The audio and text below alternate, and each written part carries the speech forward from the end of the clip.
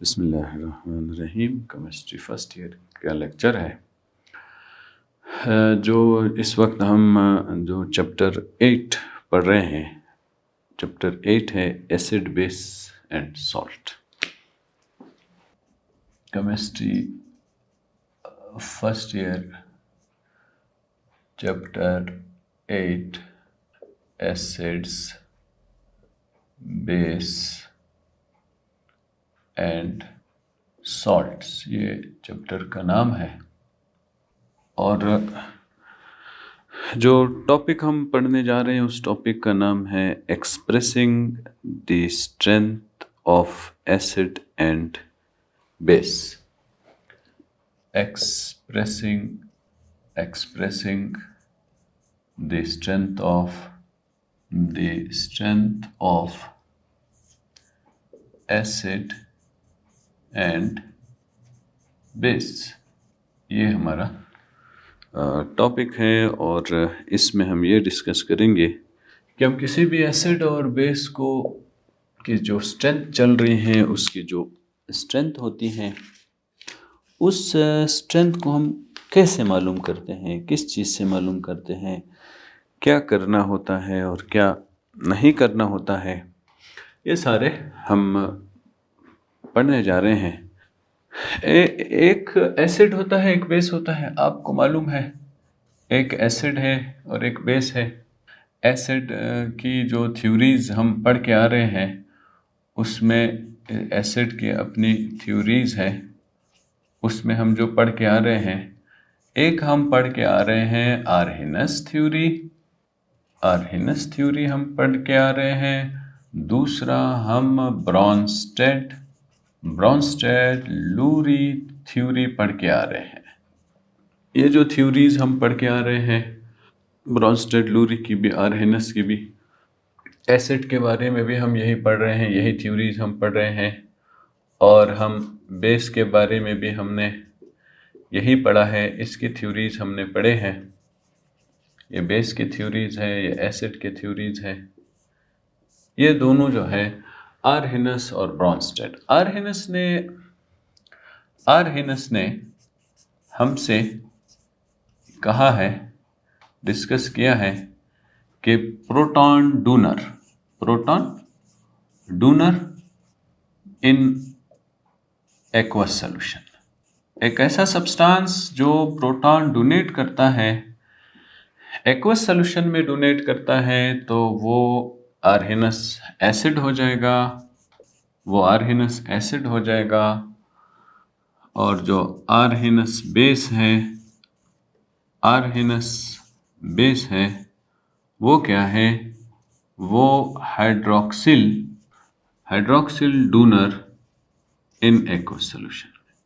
ये आर्हेनस ने ये बातें हमें बताई हैं, हमें थ्योरी के बारे में बताया है। ब्रॉन्स्टेड लूरी एसिड के बारे में इसने भी वही बताया, प्रोटॉन डोनर, लेकिन नो सॉल्वेंट रिक्वायर्ड, कोई सॉल्वेंट की जरूरत नहीं है। नो सॉल्वेंट रिक्वायर्ड, सॉल्वेंट की जरूरत नहीं है, जैसा कि ऊपर की थ्योरी थी। ब्रॉन्स्टेड लूरी बेस, ये जो है प्रोटॉन एक्सेप्टर है, no solvent required. Bronsted theory, ये हमें एसिड और बेस के बारे में हमें ये इंफॉर्मेशन मिली है। तो अब हम जो देखने जा रहे हैं वो ये है कि हम एसिड की स्ट्रेंथ ऑफ एसिड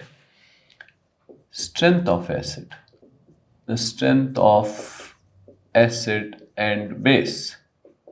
अब हम एसिड और बेस की स्ट्रेंथ कैसे मालूम करेंगे? स्ट्रेंथ का क्या मतलब है? Strong acid, strong base, strong acid है, स्ट्रॉन्ग बेस है। ये कैसे पता चलता है कि कौन सा स्ट्रॉन्ग एसिड है, कौन सा स्ट्रॉन्ग बेस है? इसके लिए हम क्या करते हैं, हम यूज़ करते हैं डिफरेंट किस्म के स्केल्स या वैल्यूज़ को यूज़ करते हैं, जिसमें हम कहते हैं कि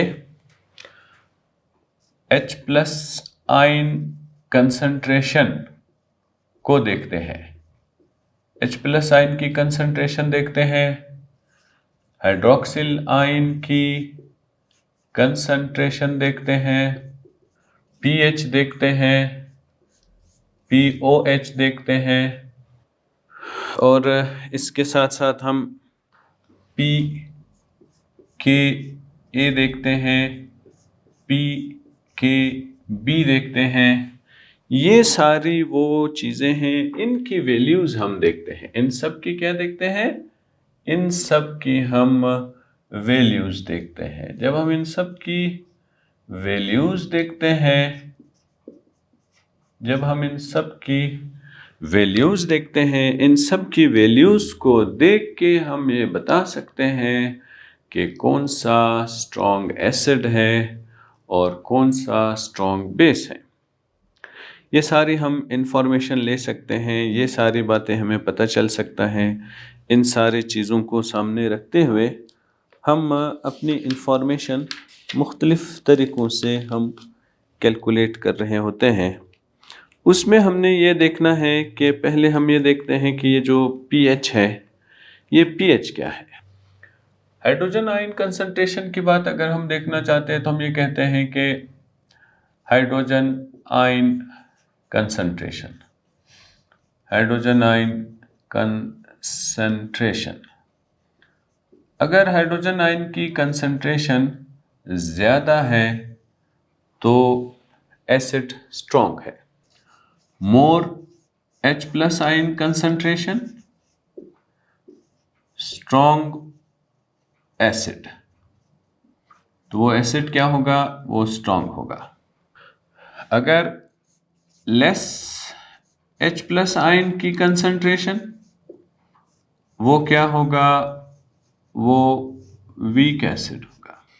इसी तरह अगर OH आयन की कंसंट्रेशन अगर ज़्यादा है तो वो स्ट्रॉन्ग बेस होगा, वो स्ट्रॉन्ग बेस होगा। अगर लेस है, OH आयन कंसंट्रेशन अगर लेस है तो वो वीक बेस होता है। H प्लस आयन की कंसंट्रेशन हमने देखनी है। इन कंसंट्रेशन के बुनियाद पे हमने डिसाइड करना है कि ये स्ट्रॉन्ग एसिड है या ये वीक एसिड है। दूसरा जो हमारे पास ऑप्शन है वो ये है कि हम H प्लस आयन कंसंट्रेशन को, अगर हम H प्लस आयन कंसंट्रेशन है, इसको हम अगर लिखना चाहते हैं बोर्ड पर, अपने रजिस्टर में, नोटबुक पर, तो फिर हम इसको इस तरह ब्रैकेट में बंद कर देते हैं और इसको रीड इस तरह करना है, हाइड्रोजन आयन कंसंट्रेशन। इसको ब्रैकेट में जब बंद किया जाता है तो इसको इस तरह रीड किया जाता है, यह हाइड्रोजन आयन कंसंट्रेशन है। अब हाइड्रोजन आयन कंसंट्रेशन का अगर हम क्या लेते हैं, माइनस लॉग लेते हैं, minus log of H plus ion concentration, तो इसको कहते हैं pH। इसको क्या कहते हैं? pH कहते हैं। So pH is minus log H plus ion concentration. ये minus log H plus ion concentration हो जाता है। इसमें हम वैल्यूज़ पुट करते हैं, जो H प्लस आयन की वैल्यू गिवन होती हैं उस वैल्यू को हम पुट करते हैं। उनके पुट करने की वजह से हमें जो वैल्यू मिल जाती हैं उस वैल्यू को सामने रखते हुए हम ये डिसाइड कर लेते हैं कि ये एसिड स्ट्रॉन्ग है या ये एसिड वीक है। इसी तरह हम हाइड्रोक्सिल आयन कंसंट्रेशन देखते हैं, हाइड्रोक्सिल आयन कंसंट्रेशन देखते हैं। ये जो हाइड्रोक्सिल आयन कंसंट्रेशन है, इसमें हम OH नेगेटिव, ये इस तरह लिखते हैं। और हम अगर इसका भी माइनस लॉग लेते हैं तो ये कहलाएगा POH is equal to minus log hydroxyl ion concentration. फिर इसको ये कहते हैं हाइड्रोजन आयन कंसंट्रेशन, इसको कहते हैं। ये माइनस लॉग की वजह से हम PH और POH मालूम कर लेते हैं। ये इसको फिर कहते हैं negative log of hydrogen ion concentration in aqueous solution is called pH। किस तरह लिखना है? What is pH? pH is negative log H plus ion concentration in aqueous solution is called pH। ये जो है ये इसको pH कहते हैं। और POH क्या है? POH भी सेम इसी तरह की एक डेफिनेशन बनती है कि POH क्या है? It is negative log of H plus ion concentration in aqueous solution। ये जो है ये कहलाता है pH कहलाता है और इसको POH कहते हैं। अगर हम कोई भी प्योर वाटर ले लेते हैं तो प्योर वाटर के लिए अगर हम देखना चाहते हैं कि उसका pH कितना है, प्योर वाटर ले रहे, हम वाटर ले रहे और इसका हम देखना चाहते हैं कि इसका pH कितना है, तो हमें इसका pH क्या मिलेगा? 7 मिलेगा। और अगर हम इसका POH लेना चाहते हैं तो वो भी 7 मिलेगा। pH भी अगर हम लेना चाहते हैं वो भी हमें 7 मिलता है। POH लेना चाहते हैं तो वो भी 7 मिलता है। तो अगर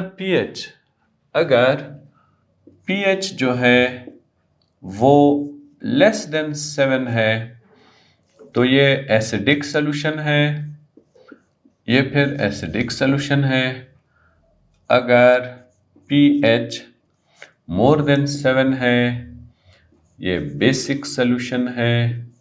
और अगर pH 7 के बराबर है तो ये न्यूट्रल सॉल्यूशन है, इसको न्यूट्रल सॉल्यूशन कहना है। सिमिलरली अगर हम यही बातें POH के लिए करते हैं तो POH के लिए भी जो वैल्यू है वो सेम इन्हीं की वैल्यूज़ मिलती जुलती हमें मिलेगी। यहाँ पे अगर हम ये देखना चाहते हैं कि जो pKw है ये क्या है, pKw के ज़रिए से भी हम मालूम कर सकते हैं। हम जो है pKw के ज़रिए से भी मालूम कर सकते हैं। pKw क्या है? pKw की जो वैल्यू बनती है उस वैल्यू को हम माइनस लॉग KW कहते हैं। उसको हम कहते हैं माइनस लॉग KW। तो यहाँ पे पहला पॉइंट आता है ये KW क्या चीज़ है?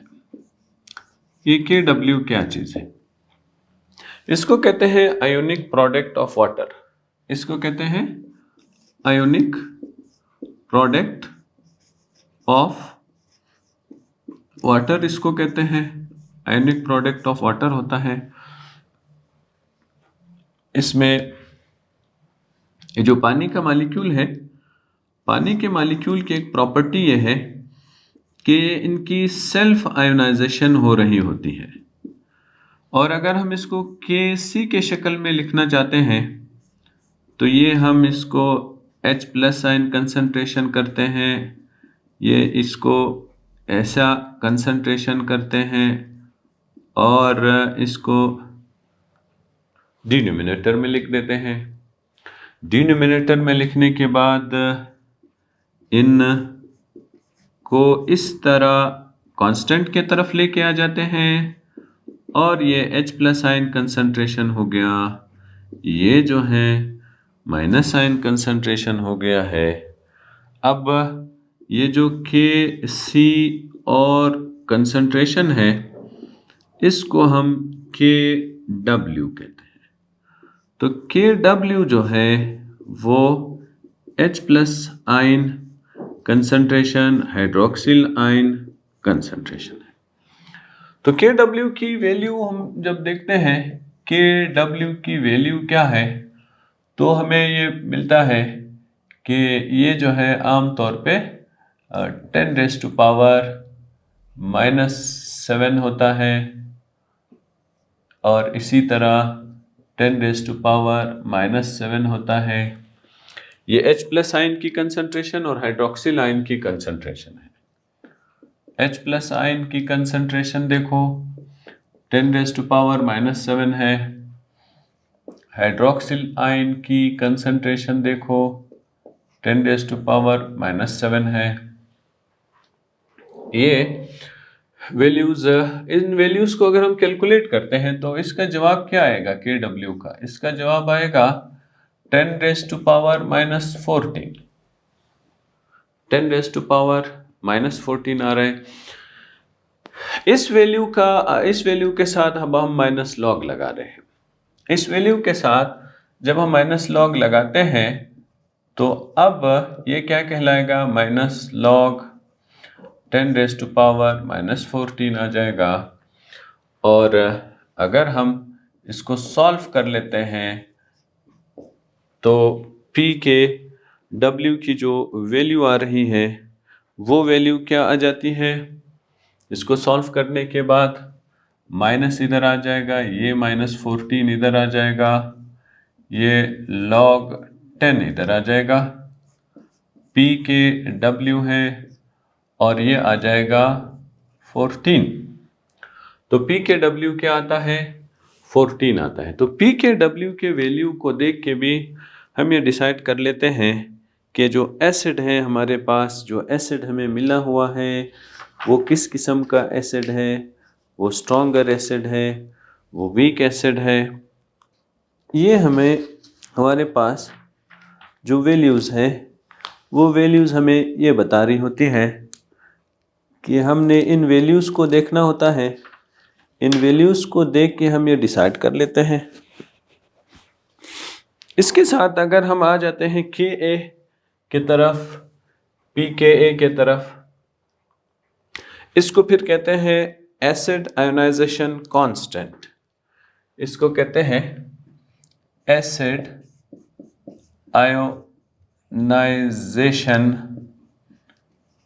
Ionisation constant. हम इन वैल्यूज की भी मदद लेते हैं। वो क्या लिखना है? के ए लिखना है, एसिड आयोनाइजेशन कांस्टेंट। हम इसकी भी मदद ले सकते हैं और इसकी मदद से हम अपने वैल्यूज़ को आगे ले जा रहे होते हैं। इसमें हम क्या करते हैं? इसमें हम एक एसिड लेते हैं और इसको पानी में डालते हैं। पानी में डालने की वजह से ये हाइड्रोनियम आयन बन जाता है और ये जो है नेगेटिव चार्ज बन जाता है। के सी जो है वो हाइड्रोनियम आयन है, पॉजिटिव चार्ज, और ये आ जाता है नेगेटिव चार्ज डिवाइडेड बाय, ये इस तरह आ जाते हैं। ये हमने केसी की शक्ल में लिखना है, केसी की शक्ल में हमने लिख लिया है। इसके लिखने के बाद जब हम अगर वाटर मॉलिक्यूल को ले जाते हैं, कांस्टेंट की शक्ल में लेके आते हैं, तो ये जो वाटर मॉलिक्यूल है ये यहाँ पे कांस्टेंट की शक्ल में आ गया, और ये जो बाकी वैल्यूज़ हैं, ये जो बाकी वैल्यूज़ हैं, ये वैल्यूज़ इधर आ गए हैं और ये वैल्यूज़ इधर आ गए हैं। इसको हम क्या कहते हैं? इसको हम कहते हैं कि ये जो कांस्टेंट है हमारे पास, ये जो कांस्टेंट है, इस कांस्टेंट को क्या कहा जाता है? इस कांस्टेंट को कहते हैं एसिड आयोनाइजेशन कांस्टेंट, इसको कहा जाता है। इसलिए हमने ये जो है ये के ए के बराबर लिखते हैं। तो जो के ए के बराबर लिखते हैं, तो ये जो वैल्यू अभी बनी है ये के ए हो गया है। इस के ए को एसिड आयोनाइजेशन कांस्टेंट कहते हैं, तो ये एसिड आयोनाइजेशन कांस्टेंट हो जाएगा। अगर के ए की वैल्यू ग्रेटर है, अगर के ए की वैल्यू ग्रेटर है, तो इस ग्रेटर का क्या मतलब है? इस ग्रेटर का मतलब यह है कि एसिड इज स्ट्रॉन्ग। अगर इफ वैल्यू ऑफ के ए इज ग्रेटर, अब अगर हमें ये पता चला कि इसकी जो वैल्यू है तो ज़्यादा है, इसका मतलब यह है कि ये एसिड जो हमारे पास है वो स्ट्रॉन्ग एसिड है। और इसी तरह अगर इसकी वैल्यू कम है तो ये हमें ये बता रहा है कि ये वीक एसिड है। ये हमें बता रहा है अगर के ए की वैल्यू लेस देन 10⁻³ है, अगर के ए की वैल्यू लेस देन 10⁻³ है, इससे हमने इंफॉर्मेशन लेना होता है कि इसका मतलब ये है कि ये वीक एसिड है। तो ये हमें क्या इंफॉर्मेशन दे रहा है? हमें इंफॉर्मेशन दे रहा है कि ये वीक एसिड है। वीक एसिड का इंफॉर्मेशन दे रहे हैं। अगर के ए की वैल्यू 1 से लेकर 10⁻³ के बराबर है, अगर के ए की वैल्यू बराबर है 1 से लेकर 10⁻³ की, तो इसका मतलब यह है कि ये जो एसिड है ये वीक नहीं है, लेकिन ये मॉडरेटली वीक है। वीक नहीं है, बस हल्का सा वीक है। मॉडरेटली वीक एसिड है, इसका फिर ये मतलब है। लेकिन अगर के ए की वैल्यू 10⁻³ से के ए की वैल्यू अगर ग्रेटर है, वो कितनी ग्रेटर है? वो अगर ग्रेटर है 1 से भी ग्रेटर है तो स्ट्रॉन्ग एसिड हो जाएगा। अगर 1 से ग्रेटर है तो ये जो एसिड बनता है ये एसिड बनता है स्ट्रॉन्ग एसिड। तो ये सारी वैल्यूज जब हम देखते हैं तो इन सारी वैल्यूज को सामने रखते हुए हमें ये सारी इंफॉर्मेशन मिल जाती है। इसीलिए अगर हम पी के ए मालूम करना चाहते हैं तो हम लिखते हैं माइनस पी के ए लिखना चाहते हैं तो हम माइनस लॉग ऑफ के ए। तो ये जो है ये पी के ए बन जाता है कि हमने जो वैल्यू हमें के ए की मिली है उस वैल्यू का हमने नेगेटिव लॉग लेना है। जब हम उस वैल्यू का नेगेटिव लॉग लेते हैं तो नेगेटिव लॉग के लेने की वजह से हमारी जो वैल्यूज़ होती हैं वो वैल्यूज़ हमारे सामने आ जाती हैं और उसकी बुनियाद पे हम फिर डिसाइड कर लेते हैं। इसी तरह अगर हम बेस आयोनाइजेशन कांस्टेंट करते हैं, अगर हम बेस आयोनाइजेशन कांस्टेंट की बात करते हैं, उसमें भी सेम यही बातें होती हैं, कोई डिफरेंट बात नहीं होती है।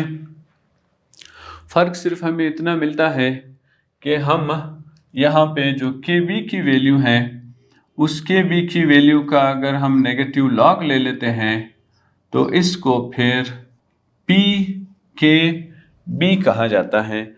तो फिर ये पी के बी बन जाता है। इसमें अगर हम इक्वेशन लिखना चाहते हैं तो इसमें हम बेस लिखते हैं, फिर हम वाटर मॉलिक्यूल लिखते हैं और इसको बी एच बना देते हैं बी, और यहाँ पे ओ एच को अलग कर देते हैं। बी एच बना दिया और ओ एच को अलग कर दिया। ये बी एच इधर आ गया है और ये जो ओ एच है ये इधर आ गया है। अब हम के सी की शक्ल में लिखना चाहते हैं तो बी एच इधर आ जाएगा और ओ एच इधर आ जाएगा, और नीचे हम जो लिखेंगे, नीचे हम ये लिखेंगे कि ये इसका पानी वाटर मॉलिक्यूल। अब वाटर मॉलिक्यूल को वापस इधर लेके आते हैं। वाटर मॉलिक्यूल को जब इधर लेके आते हैं तो ये pH बन जाएगा और इस तरह ये OH बन जाएगा। फिर इस वैल्यू को ये चूंकि बेस के कांस्टेंट है इसलिए इसको Kb कहते हैं। तो ये Kb बन गया है जिसमें हमने BH लिखना होता है, इसकी कंसंट्रेशन लिखनी होती है और साथ में इसकी कंसंट्रेशन लिखनी होती है और नीचे जो B है ये भी लिखनी होती है, जो वाटर ये लिखनी होती है। यहाँ पे ये B इधर आ गया और ये इस तरह का शो करता है। ये सारी चीज़ें हमारी क्या कहलाती हैं, इसकी मदद से हम स्ट्रेंथ मालूम कर लेते हैं, हम चीज़ों का स्ट्रेंथ हम मालूम कर लेते हैं। ये वैल्यूज़ को सामने रख के हम डिसाइड कर रहे होते हैं कि अगर इसकी जो वैल्यू है Kb की जो वैल्यू है ग्रेटर है तो इसका मतलब यह है तो Pka वैल्यू भी स्ट्रांग होती है, फिर ये वैल्यू जो है ये फिर स्ट्रांग होती है। ये इंफॉर्मेशन हमें ये मिल रहा है। तो यहाँ पे जिस तरह अगर Kb की वैल्यू ग्रेटर है, अगर Kb की वैल्यू क्या है ज़्यादा आ रही है, ग्रेटर आ रही है, तो इसका मतलब ये है कि ये जो बेस है ये बेस स्ट्रॉन्ग बेस है, ये जो बेस है ये स्ट्रॉन्ग बेस है। लेकिन अगर Pkb की वैल्यू अगर ग्रेटर आ रही है इसका मतलब ये है कि ये वीक बेस है, इसका फिर ये मतलब ऐसा चेंज हो जाता है। सिमिलरली हम आते हैं कि इसकी जो वैल्यू है Pka की वैल्यू अगर ग्रेटर है इसका मतलब ये है कि ये वीक एसिड है। इसका फिर ये मतलब बनता है कि इसका जो एसिड है वो वीक एसिड बनता है, वो जो है वो वीक एसिड बनता है। ये सारी हमारी जो इंफॉर्मेशन है वो acid expressing the strength of acid and base है कि हम एसिड और बेस को किस तरह मालूम करते हैं, ये हमें कैसे पता चलता है। उसके लिए मैंने थोड़ा सा बेस बनाने के लिए ये आपको एसिड और बेस की कुछ थ्योरीज है, वो आर्विनस थ्योरी है, ब्रॉन्स्टेड-लूरी थ्योरी है जो अभी तक हम पढ़ चुके हैं। एक तीसरी थ्योरी भी है वो आगे हमारे टॉपिक में आ रहा है नेक्स्ट लेक्चर में। आर्विनस ने और ब्रॉन्स्टेड ने दोनों ने एसिड और बेस के बारे में हमें इंफॉर्मेशन बताई है। अब हम स्ट्रेंथ मालूम करना जा रहे हैं कि स्ट्रेंथ क्या है, स्ट्रेंथ ऑफ एसिड और स्ट्रेंथ ऑफ बेस ये हमें कैसे मालूम होता है। ये इंफॉर्मेशन हासिल करने के लिए हम जो है H+ आयन की कंसंट्रेशन देखते हैं, OH आयन की concentration, pH, pOH, Kb, Ka, ये सारी इंफॉर्मेशन हम पहले कलेक्ट करते हैं। जब ये सारी इंफॉर्मेशन हमारे पास जमा हो जाती है, इन इंफॉर्मेशन के जमा होने के बाद हम जो है फिर वैल्यूज़ को देखते हैं। उन वैल्यूज़ में हम चीज़ें देख रहे होते हैं, उन चीज़ों में H+ आयन की कंसंट्रेशन का अगर हम -log लेते हैं तो वो pH कहलाता है, और OH आयन की कंसंट्रेशन लेते हैं तो वो फिर जो है वो pOH कहलाता है। और इस तरह जो pH की वैल्यू है वो अगर 7 से कम है तो एसिडिक स्ट्रेंथ बताएगा, और pH की वैल्यू अगर ग्रेटर है तो वो फिर pH की वैल्यू अगर ग्रेटर है तो ग्रेटर होने की वजह से वो फिर वैल्यू जो है वो बेसिक वैल्यू बताएगा। इसी तरह Kw की वैल्यू को भी हमने सामने रख के डिसाइड करना होता है, जो कि अगर Kw हम लिखना चाह रहे हैं तो उसकी वैल्यू जो है वो 14 हो जाती है। एसिड आयनाइजेशन कांस्टेंट की वैल्यू देख के भी हम स्ट्रेंथ बता सकते हैं। और बेस आयनाइजेशन कांस्टेंट की वैल्यू देख के भी हम ये बता सकते हैं कि हमारे पास जो वैल्यू है वो वैल्यू, इसमें हम क्या करते हैं, इसमें हम पहले एसिड लेते हैं और एसिड को पानी में डालते हैं। एसिड को पानी में डालने की वजह से ये जो है ये आयोनाइज हो जाता है। इसके आयोनाइज हो जाने के बाद हमारे पास जो वैल्यू है, जो Kc की वैल्यू है, वो जो Kc की वैल्यू है वो आगे आ जाती है और जो कि आखिर में Ka के बराबर चली जाती है। और जो Kb की वैल्यू है, इसका जब हम माइनस लॉग लेते हैं फिर हमने बेस लेना होता है, बेस को आयोनाइजेशन कराना होता है। जब बेस की आयोनाइजेशन हो जाती है, बेस को आयोनाइज करवाने के लिए हमने बेस लेना होता है, बेस को पानी में डालना होता है।